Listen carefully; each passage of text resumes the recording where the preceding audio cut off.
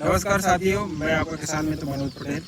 साथियों, बारिश के सीजन में सबसे ज़्यादा अगर हमारे मध्य प्रदेश में लगने वाली कोई फसल है तो वो है धान की फसल। और उसमें भी अगर सबसे ज़्यादा अगर हम रकबे की बात करें धान में, तो सबसे ज़्यादा बासमती धान का रकबा हमारे क्षेत्र में है।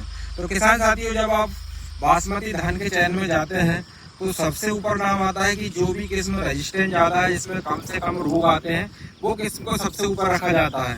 तो उस किस्म में सबसे ऊपर पहले जो थी हमारी PB 1121 थी, लेकिन उसमें जो नेक ब्लास्ट झुलसा रोग बहुत ज़्यादा मात्रा में आने लगे थे। तो किसान साथियों, फिर नई एक किस्म उपज के आई है, वो है हमारी PB 1718, जिसमें कि बहुत कम रोग आते हैं, ना ही कोई नेक ब्लास्ट आता है और किसी प्रकार का बहुत कम रोग आते हैं। झुलसा रोग है, नेक ब्लास्ट है, सीड ब्लास्ट है, ये रोग कम आते हैं और ये गिरने के सूखे के प्रति भी सहनशील है। तो साथ ही सबसे ज़्यादा 17-18 धान का रोपाई होती है हमारे यहाँ। और दूसरे नंबर पर भी 2 सालों से, पिछले साल और इस साल, इसके 17-18 के बाद आई PB 1886, जिसका रकबा भी बहुत ज़्यादा बढ़ते जा रहा है, क्योंकि ये फसल जो है पकाव के समय गिरती बिल्कुल नहीं है, क्योंकि इसमें गिरने के प्रति रेजिस्टेंट है, बहुत कम गिरने की संभावना इसकी होती है। दूसरी बात, इसकी हाइट कम है साथियों, तो इसलिए गिरती नहीं है और रोग के प्रति भी बहुत ज़्यादा सहनशील है, बहुत ज़्यादा कल्ले होते हैं और बासमती में